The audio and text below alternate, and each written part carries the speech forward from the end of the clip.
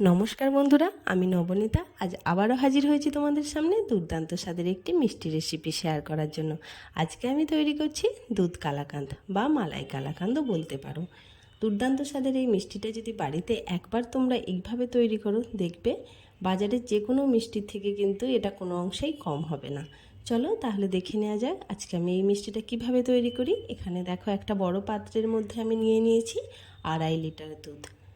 হ্যাঁ, মিষ্টিটা একটু বেশি পরিমাণেই তৈরি করব, তাই একটু বেশি করেই দুধ নিয়েছি। এটা গরুর দুধ, আর তোমরা যদি প্যাকেটের দুধ কিনতে চাও সেক্ষেত্রে কিন্তু অবশ্যই যে ফুল ফ্যাট দুধটা হয় ওটা নিও। প্যাকেটের গায়ে দেখবে লেখা থাকে ফুল ফ্যাট, ওই দুধটা নিও। ওতে কি হয়, ছানাটা অনেক বেশি তৈরি হয় আর তোমার মিষ্টিটাও খুব ভালো তৈরি হয়। এখানে দেখো ছানা তৈরি করব। ছানা কিন্তু মিষ্টি তৈরি করার জন্য ছানাটা ঠিকঠাকভাবে তৈরি করা খুব দরকার। একদম দুধটা কিন্তু পুরো ভালো করে ফুটিয়ে নেওয়ার পর গ্যাসের ফ্লেম একদম অফ করে দেব। এবার ভিনিগার নিয়েছি আমি, অর্ধেকটা ভিনিগারের সাথে অর্ধেকটা দিয়েছি এমনি প্লেন জল।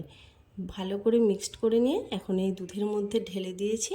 আস্তে আস্তে এরকম দেখো খুন্তি বা হাতা দিয়ে নাড়াতে থাকলেই দেখা যাবে কিছুক্ষণের মধ্যেই কিন্তু খুব ভালো করে দুধটা কেটে কিন্তু ছানা তৈরি হয়ে যাবে।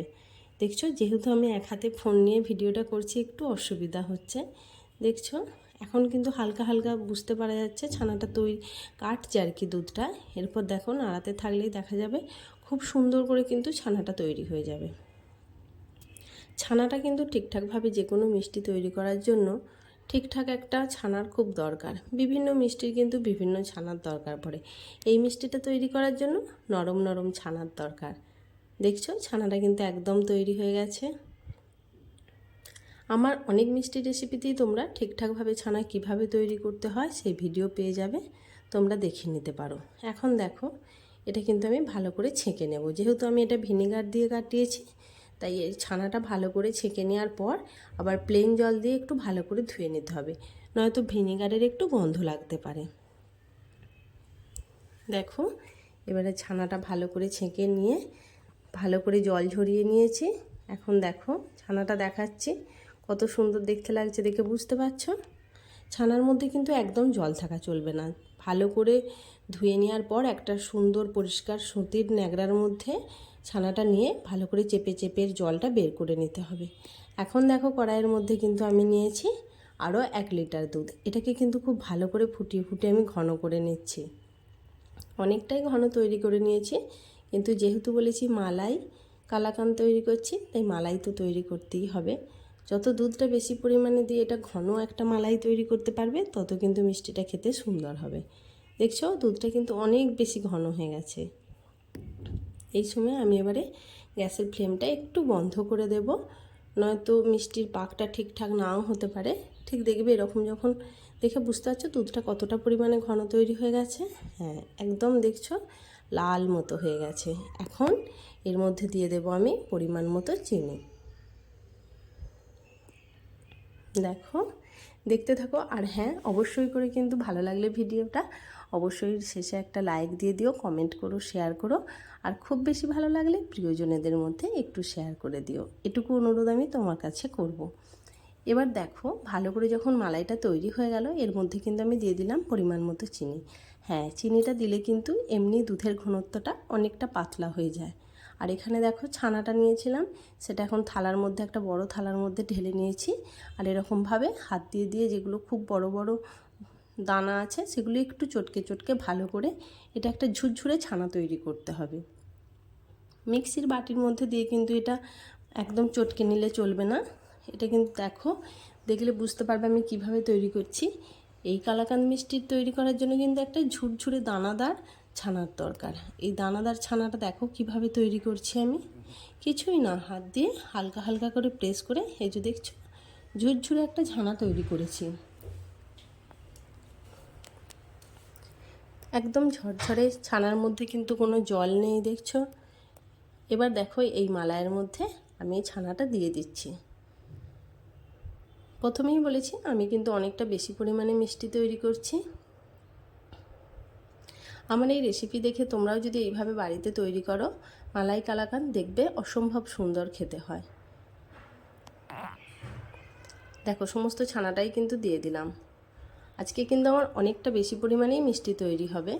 খুব ভালো করে এবার মালাইয়ের সাথে ছানাটাকে ভালো করে গ্যাসের ফ্লেম একটু মিডিয়ামে রেখে নাড়াচাড়া করে রান্না করতে হবে। আর যদি একটু গ্যাসের ফ্লেম হাই রেখে করো সেক্ষেত্রে কিন্তু একটু ফুটে ফুটে নিজের গায়ে ছিটকে ছিটকে লাগতে পারে, তাই একটু টাইমটা বেশি লাগলেও গ্যাসের ফ্লেমটা একটু মিডিয়াম থেকে লোয়েতে রেখে এই সময় একটু রান্না করে নিতে হবে। এখন দেখছো ছানাটা কিন্তু অনেকটাই নরম হয়ে গেছে মালাইয়ের সাথে দেওয়ার সাথে সাথে। এবার এটা ফুটে ফুটে পাক হতে হতে যখন দেখা যাবে বেশ সন্দেশের মতন একটু শক্ত শক্ত হয়েছে, তখন আমাদের বুঝতে হবে যে এই মালাইয়ের যে কালাকাঁদ মিষ্টিটা তৈরি করব এর পাকটা ঠিকঠাক এসেছে।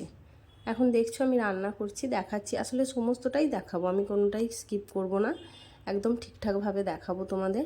এখন দেখো একটু সেন্ট বা ভালো একটু খেতে লাগার জন্য এর মধ্যে দিয়ে দিলাম একটু এলাচ গুঁড়ো।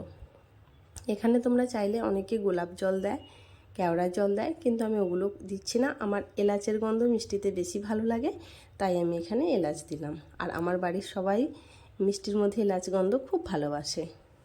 দেখো এলাচটা দিয়ে দেওয়ার পর আরও কিছুক্ষণ কিন্তু এরকমভাবে একটু নেড়েচেড়ে রান্না করতে হবে। হ্যাঁ, খুন্তিটা কিন্তু অনবরত নাড়তেই হবে, নাহলে কিন্তু মিষ্টির ঠিকঠাক টেস্ট আসে না। আসলে মিষ্টির দোকানেও দেখবে এই কারণেই আমার মনে হয় মিষ্টির দাম এত বেশি হয়, কারণ মিষ্টি কিন্তু তৈরি করতে, ঠিকঠাক মিষ্টি তৈরি করতে কিন্তু পরিশ্রম অনেক বেশি হয়। দেখছো নেড়েচেড়ে এখন কিন্তু ছানাটা কত বেশি শুকনো শুকনো হয়ে গেছে। হ্যাঁ, এটা একদম পারফেক্ট হয়েছে।